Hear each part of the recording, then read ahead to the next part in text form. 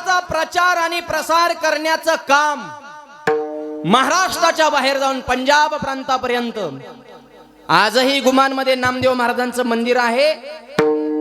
जवळपास 20 वर्षाचा कालावधी नामदेव महाराजांनी उत्तर भारतामध्ये घातलेला आहे. संत जनाई माताच्या अभंगातून नामदेव महाराजांच्या कीर्तनाचं श्रेष्ठत्व प्रतिपादन करतात. विडल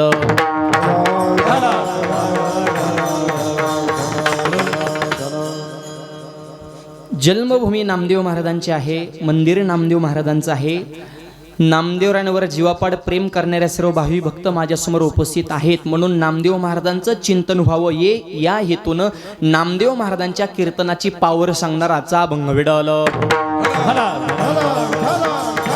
तुम्ही म्हणता पहिला दिवस आहे नामपर असावा. अहो, कीर्तन म्हणजेच नाम आणि नाम म्हणजेच कीर्तन आहे. विडल ऐसा कीर्तन महिमा सर्वा माझी वरिष्ठ. मेन आवाज दे थोडासा कडक जरा समोर. जड मूड भाविका सोपी केली पायवाट.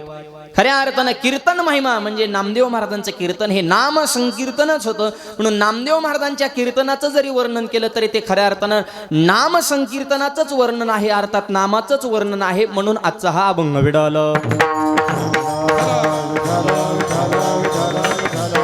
नामदेव महाराजांची ही जन्मभूमी आणि फार भव्य आणि दिव्य मंदिर आपल्या सगळ्यांच्या सहकार्यानं 7 वर्षापूर्वी या ठिकाणी हे परिपूर्ण झालेलं आहे.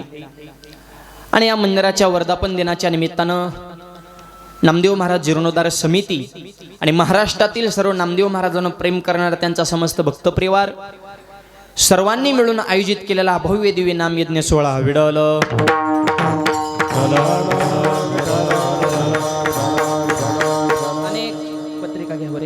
अनेक साधू संतांचे आशीर्वाद आपल्या या धर्मकार्याला लाभलेले आहेत, ज्यांच्या अथक परिश्रमातून हे मंदिर निर्माण व्हावी प्रेरणा निर्माण झाली.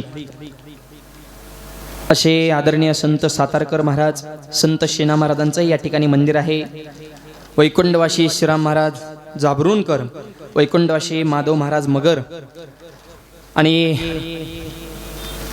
आमच्या पठाडे घराण्याचे आन बान आणि शान असे महाराष्ट्रातील एक ज्येष्ठ कीर्तनकार वैकुंठवासी नामदेव महाराज पठाडे यांचेही या धर्मकार्याला आशीर्वाद आहेत.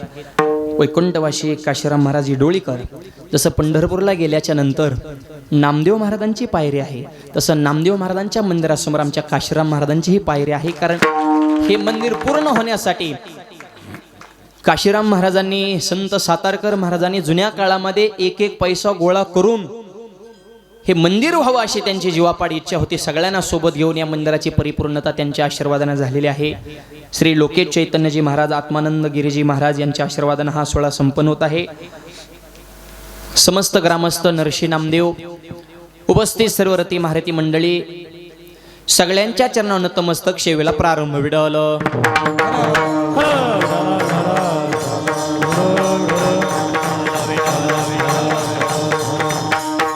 नामदेव महाराज हे महाराष्ट्राला लाभलेलं असं व्यक्तिमत्व आहे, ज्या संप्रदायाचा पाया ज्ञानोबारांनी रचला त्या संप्रदायाचा विस्तार करण्याचं काम माझ्या नामदेव महाराजांनी केलेलं आहे. नामात याचा किंकर, नामात याचा किंकर, नामात याचा किंकर,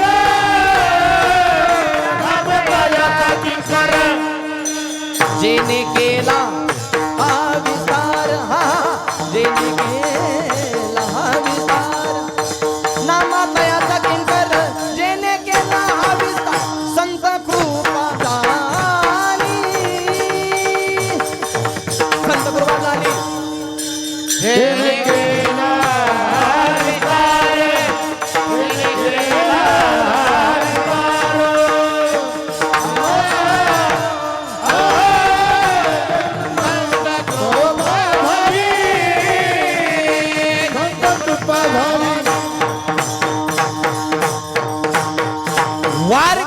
वारकरी संप्रदायाचा प्रचार आणि प्रसार करण्याचं काम महाराष्ट्राच्या बाहेर जाऊन पंजाब प्रांतापर्यंत आजही गुमानमध्ये नामदेव महाराजांचं मंदिर आहे. जवळपास 20 वर्षाचा कालावधी नामदेव महाराजांनी उत्तर भारतामध्ये घातलेला आहे. वारकरी संप्रदायाला संपूर्ण भारत एक जोडण्याचं काम माझ्या नामदेव महाराजांनी केलंय. विडवल आद्य प्रचारक नामदेव महाराज. नामदेव महाराजांच्या अगोदर कीर्तन होत होतं, फक्त कीर्तनकार उभे असायचे आणि टाळकरी बसून असायचे. पण कीर्तनकारांनाही उभं राहायचं, टाळकऱ्यांनाही उभं राहायचं. ही वारकरी संप्रदायाचे तत्व प्रणाली ज्यांनी घालून दिली असे आद्य कीर्तनकार म्हणजे नामदेव महाराज.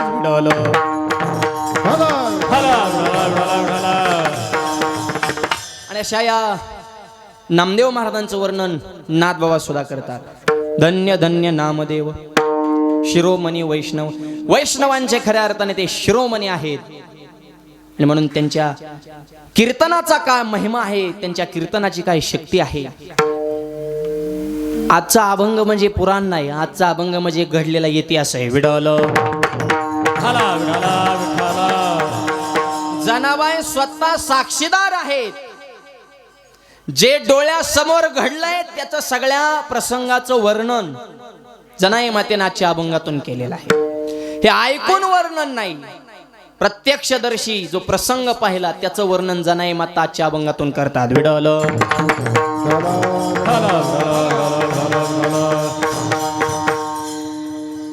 वारकरी संप्रदायामध्ये ज्ञानोबारांपासून तुकोबारांपर्यंत आणि आधुनिक काळापर्यंत अनेक साधू संत झाले. पंढर हे सगळ्यांचं केंद्रबिंदू आहे. माझे माहेर पंढरी आहे बेवरेच्या तिरी. आणि या पंढरपूरनं सर्व समाज एकत्र करण्याचं काम केलं. सगळ्या संतांच्या पालख्या पंढरपूरकडे निघालेल्या आहेत. ज्ञानोबा आहेत, निवृत्ती दादा आहे, सोपान काका आहेत, मुक्ताई आहेत, गोरोबा काका, सावता महाराज, नामदेव महाराज पंढरपूर रहिवाशीच होते. अनेक संत पंढरपूरच्या चंद्रभागेच्या वाळवंटामध्ये एकत्र झालेले आहेत. संत एकत्र झालेले आहेत म्हणल्या देव थांबन का? देवानं विठवणं उडी मारावी आणि संतांच्या भेटीसाठी वाळवंटामध्ये यावं. देव आणि भक्त आकार दोन आहेत, स्वरूप मात्र एक आहेत. आणि देव आणि संत एकत्र झालेलं जनाबाईनं पाहिलं, त्याचं वर्णन अभंगाच्या पहिल्या चरणात. एक चिटाळी झाली चंद्रभागे वाळवंटी, एक चिटाळी झाली चंद्रभागे वाळवंटी, एक चिटाळी झाली चंद्रभागे वाळवंटी, एक चिटाळी झाली चंद्रभागे वाळवंटी, एक चिटाळी झाली चंद्रभागे वाळवंटी, एक चिटाळी झाली चंद्रभागे वाळवंटी, एक चिटाळी झाली चंद्रभागे वाळवंटी, एक चिटाळी झाली चंद्रभागे वाळवंटी. माझा ज्ञानराज गोपाळासी लाया वाटी, माझा ज्ञानराज गोपाळासी लाया वाटी. नामदेव कीर्तन करी पुढे देव नाथ पांडुरंग, नामदेव कीर्तन करी पुढे देव नाथ पांडुरंग. माझा ज्ञानराज गोपाळासी लाया वाटी, माझा ज्ञानराज गोपाळासी लाया वाटी. नामदेव कीर्तन करी पुढे देव नाथ पांडुरंग, नामदेव कीर्तन करी पुढे देव नाथ पांडुरंग, नाथ पांडुरंग. अभंगाच्या पहिल्या चरणामध्ये जनाबाईनं पंढरपूरचं वर्णन केलेलं आहे. एकच टाळे झाली. मेन आवाज गेन द्या जरा बाहेर, बरोबर थोडा समोरून द्या रिटर्नचं जरा. बॉक्स मॉनिटर सगळ्याचे वाढा थोडं थोडं रिटर्नचे. हात दोन आहेत पण टाळी मात्र एकच आहे. तसं देव आणि संत देहानं दोन दिसतात पण निमित्त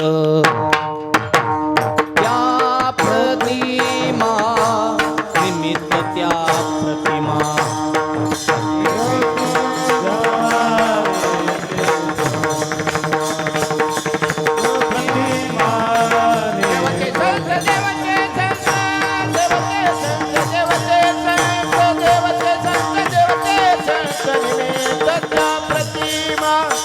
देवते संत देवते संत निमित्त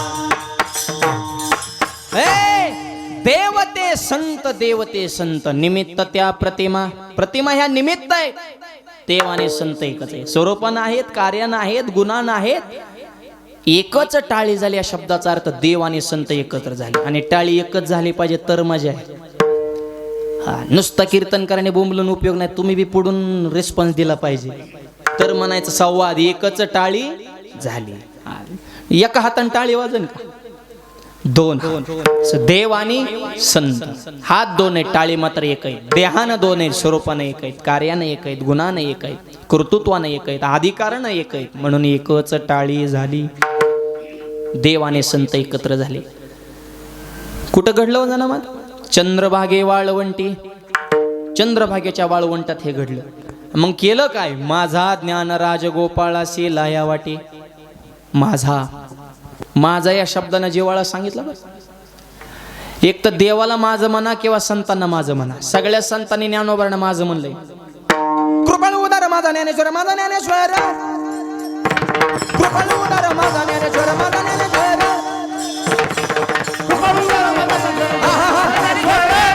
आवाज येतो कृपाळू उदार माझा ज्ञानेश्वर वाह कृपाळू उदार माझा ज्ञानेश्वर